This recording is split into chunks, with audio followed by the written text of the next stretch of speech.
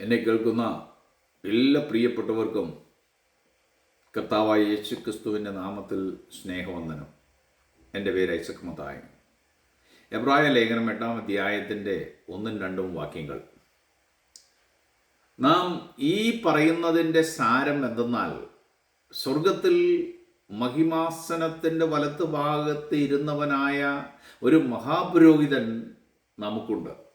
അവൻ വിശുദ്ധ സ്ഥലത്തിൻ്റെയും മനുഷ്യനാൽ അല്ല, കർത്താവ് തന്നെ സ്ഥാപിച്ച സത്യകൂടാരത്തിൻ്റെയും ശുശ്രൂഷകനാകുന്നു. ക്രിസ്തു നമ്മുടെ പാപങ്ങൾക്കും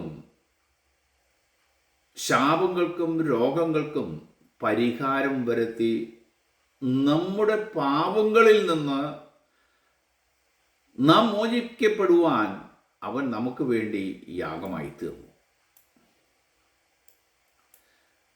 ഇന്ന് കർത്താവ് ഭൂമിയിലുള്ള തൻ്റെ വിശുദ്ധന്മാർക്ക് വേണ്ടി സ്വർഗത്തിൽ പൗരോഹിത്യ ശുശ്രൂഷ നിറവേറ്റിക്കൊണ്ടിരിക്കുന്നു. യഹൂദ പുരോഹിതന്മാർ മനുഷ്യനിർമ്മിതമായ കൂടാരങ്ങളിൽ ശുശ്രൂഷ ചെയ്തു പോന്നിരുന്നു. എന്നാൽ യേശുക്രിസ്തു സ്വർഗത്തിൽ ദൈവത്തിൻ്റെ വലത്തുഭാഗത്തിരുന്നു കൊണ്ട് കർത്താവ് തന്നെ ക്രമീകരിച്ച കൂടാരത്തിൽ ശുശ്രൂഷ ചെയ്യുന്നു. യഹൂദ പൗരോഹിത്യം ഈ ലോകത്തിൻ്റെതായിരുന്നു. എന്നാൽ യേശുക്രിസ്തുവിൻ്റെ പൗരോഹിത്യം ഒരു ആത്മീയ പൗരോഹിത്യമാണ്. ഈ ലോകത്തിലെ പുരോഹിതന്മാർ വഴിപാടും നേർച്ചകളും യാഗങ്ങളും അർപ്പിക്കുന്നതിനാണ് നിയമിക്കപ്പെട്ടത്. യഹൂദ പുരോഹിതന്മാർ തങ്ങളുടെ പാപപരിഹാരമായി ആദ്യമൊരു യാഗം അർപ്പിക്കേണ്ടിയിരുന്നു അതിവിശുദ്ധ സ്ഥലത്ത്. യേശുക്രിസ്തുവും ഒരു യാഗം അർപ്പിക്കേണ്ടിയിരുന്നു. യേശുക്രിസ്തു തൻ്റെ സ്വന്തം ശരീരം തന്നെ യാഗമായി അർപ്പിച്ചു. യഹൂദ ന്യായപ്രമാണം അനുസരിച്ച് യേശുക്രിസ്തു ഒരിക്കലും ഒരു യഹൂദ പുരോഹിതനാകുവാൻ കഴിയുമായിരുന്നില്ല. കാരണം കർത്താവ് ലേവ്യ ലേവ്യ ഗോത്രക്കാരൻ അല്ലായിരുന്നു, അഹരോന്റെ പിൻഗാമിയുമല്ലായിരുന്നു. യേശുക്രിസ്തുവിൻ്റെ പൗരോഹിത്യം ഈ ലോകത്തിൻ്റെതായിരുന്നില്ല, സ്വർഗത്തിൻ്റെതായിരുന്നു. മൽക്കിസേദെക്കിൻ്റെ ക്രമപ്രകാരമുള്ള പൗരോഹിത്യമായിരുന്നു. യഹൂദ പുരോഹിതന്മാരുടെ പൗരോഹിത്യം ഈ ലോകത്തിൻ്റെതായിരുന്നു. യോഹന്നാന്റെ സുവിശേഷം 1 യോഹന്നാന്റെ ലേഖനം 2:1 പറയുന്നത്, എൻ്റെ കുഞ്ഞുങ്ങളെ നിങ്ങൾക്ക് എഴുതുന്നു, ഒരുവൻ പാപം ചെയ്തുവെങ്കിലോ നീതിമാനായ യേശുക്രിസ്തു എന്ന കാര്യസ്ഥൻ പിതാവിൻ്റെ അടുക്കലുണ്ട്. ഒരുവൻ ഏതവസരത്തിലെങ്കിലും പാപം ചെയ്താൽ യേശുക്രിസ്തു എന്ന വക്താവ്, ഒരു കാര്യസ്ഥൻ, അവനിൽ വിശ്വസിക്കുന്നവരുടെ പക്ഷം പിടിച്ച് മധ്യസ്ഥനായി നിൽപ്പാൻ ദൈവസന്നിധിയിൽ നമുക്കുണ്ട്. അതായത് യേശുക്രിസ്തുവിൽ വിശ്വസിക്കുന്നവർക്ക് വേണ്ടി പക്ഷപാതം ചെയ്യുവാൻ, യേശുക്രിസ്തുവിൽ വിശ്വസിക്കുന്നവർക്ക് വേണ്ടി പക്ഷം പിടിച്ച് പക്ഷപാതം ചെയ്യുവാൻ ഒരു മഹാപുരോഹിതൻ നമുക്ക് സ്വർഗത്തിലുണ്ട്.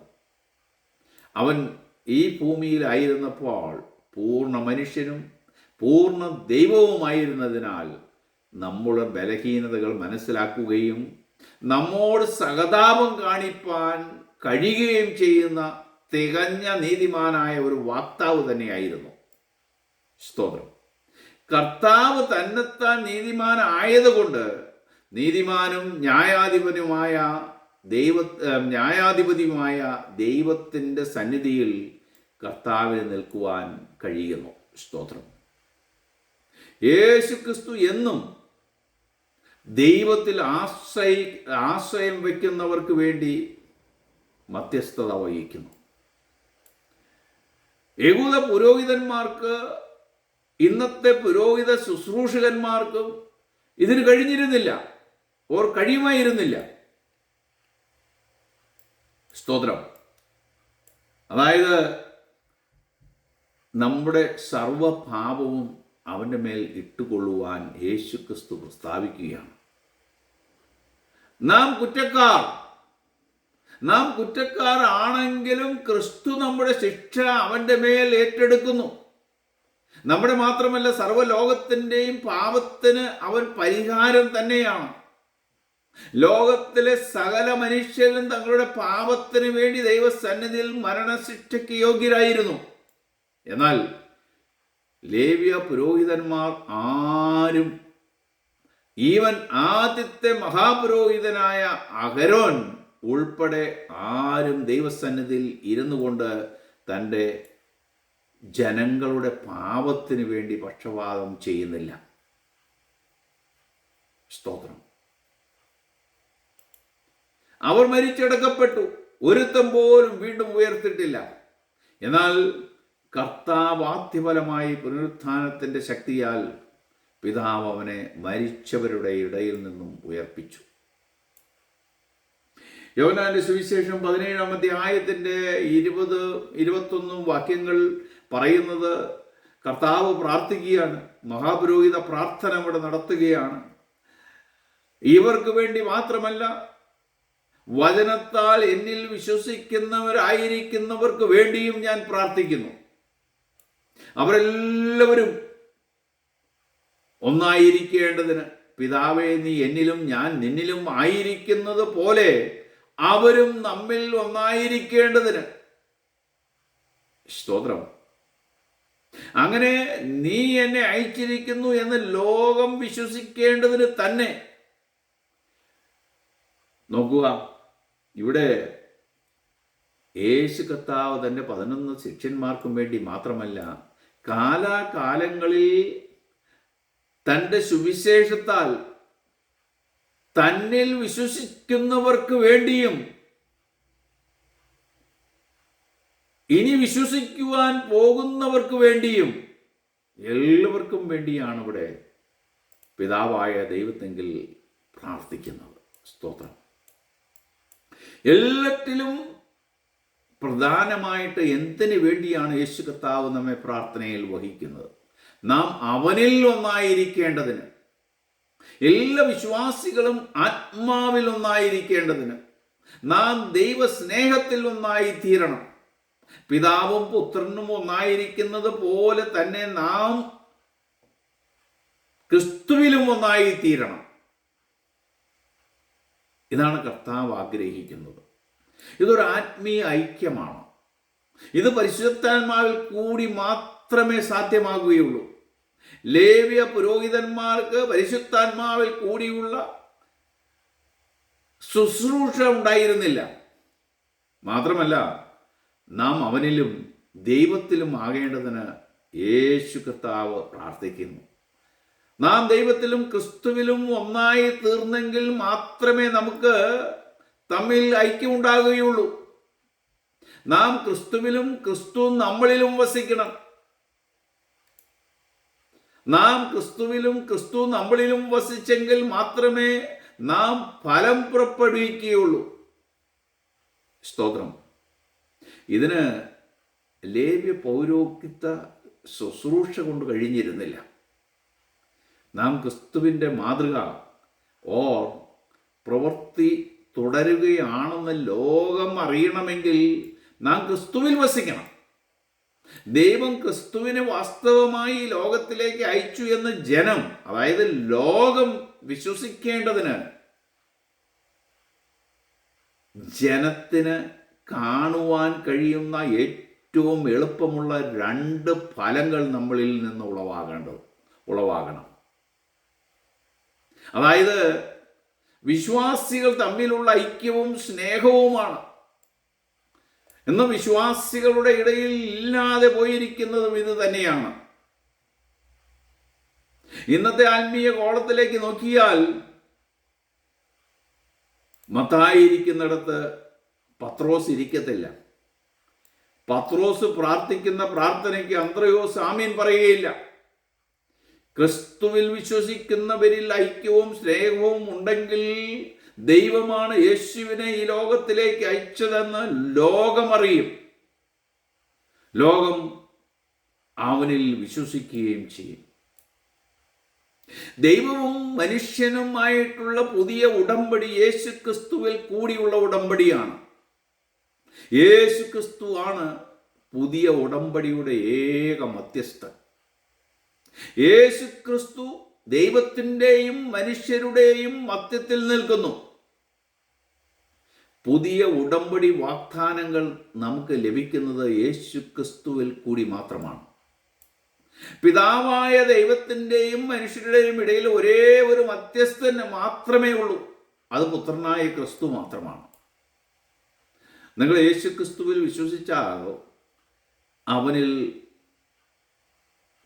നിങ്ങൾക്ക് രക്ഷയും നിത്യജീവനുമുണ്ട്.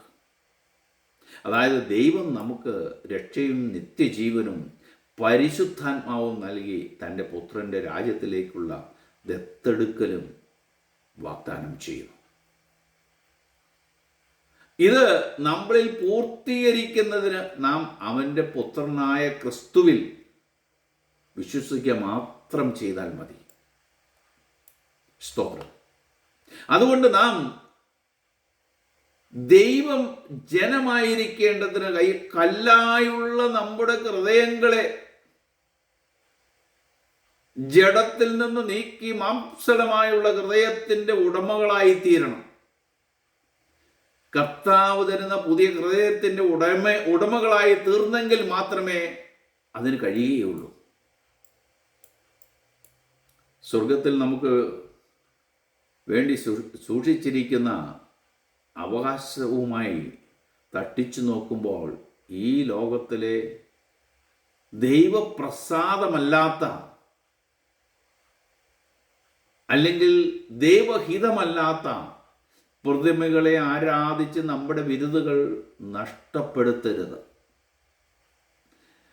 ജീവനില്ലാത്ത ദൈവങ്ങൾ നമ്മുടെ പ്രാർത്ഥന കേൾക്കുകയോ സഹായിക്കുകയോ ചെയ്യുന്നില്ല. ഇവൻ അവർക്ക് തന്നെ സഞ്ചരിക്കുവാനോ സംസാരിക്കുവാനോ സ്മെല്ലറിയുവാനോ ഇതിനൊന്നും സാധിക്കാത്ത ദൈവങ്ങൾ എങ്ങനെ നമ്മളെ സഹായിക്കും? ആചാരങ്ങളെ, പ്രമാണങ്ങളെ, ചട്ടങ്ങളെ, പാരമ്പര്യങ്ങളെ, കൽപ്പനകളെ അനുഷ്ഠിച്ചതുകൊണ്ട്,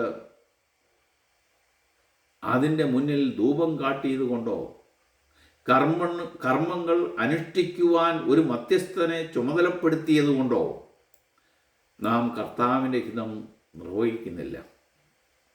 അവൻ്റെ ഹിതം അറിഞ്ഞ് ജീവിക്കുന്നവനാണ് രക്ഷിക്കപ്പെട്ടവൻ.